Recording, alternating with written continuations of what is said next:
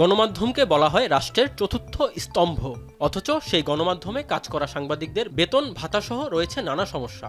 পরিস্থিতির উন্নতি ঘটাতে ২৪-এর অভ্যুত্থানের পর গণমাধ্যম সংস্কার কমিশন গঠন হলেও তাদের সুপারিশ এখনও আলোর মুখ দেখেনি।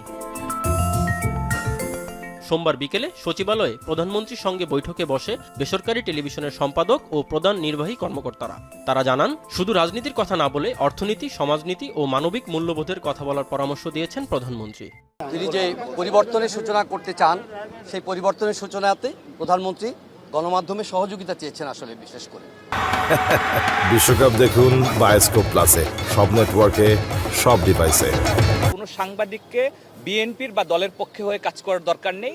দেশের জন্য, দেশের উন্নয়নের জন্য, সামগ্রিক গণমানুষের উন্নয়নের জন্য ফোকাস করতে হবে। এদিকে গণমাধ্যমের স্বাধীনতা নিশ্চিত করতে মিডিয়া কমিশন গঠনে প্রধানমন্ত্রীর প্রতি আহ্বান জানান তারা। পাশাপাশি ওয়েস বোর্ড গঠন ও সাংবাদিকদের চাকরির নিশ্চয়তার উপরও জোর দেন সম্পাদকরা। ওয়েস বোর্ডটা তৈরি করা টেলিভিশনের কর্মীদের ক্ষেত্রে তাদের চাকরির নিরাপত্তাটা, এবং পাশাপাশি যেটি হচ্ছে যে গণমাধ্যমকে একটি সুশৃঙ্খল অবস্থায় ফিরিয়ে নিয়ে আসার বিষয়টা। গণমাধ্যমের যে সমস্যাগুলোর কথা আমরা তুলে ধরেছি, সেই সমাধানগুলোর জন্য উনি তথ্য মন্ত্রণালয়কে অলরেডি নির্দেশ দিয়েছেন এবং এটা নিয়ে তথ্য মন্ত্রণালয় কাজ করছে বলেও জানিয়েছে। বৈঠক শেষে প্রধানমন্ত্রীর প্রেস সচিব সালেহ শিবলি জানান, আগামী 18ই জুন স্বাধীন গণমাধ্যম নিয়ে আলোচনা হওয়ার কথা রয়েছে। সম্ভবত আগামী 18ই জুন স্বাধীন গণমাধ্যম কমিশন গঠন করার ব্যাপারে একটা আলোচনা হবে।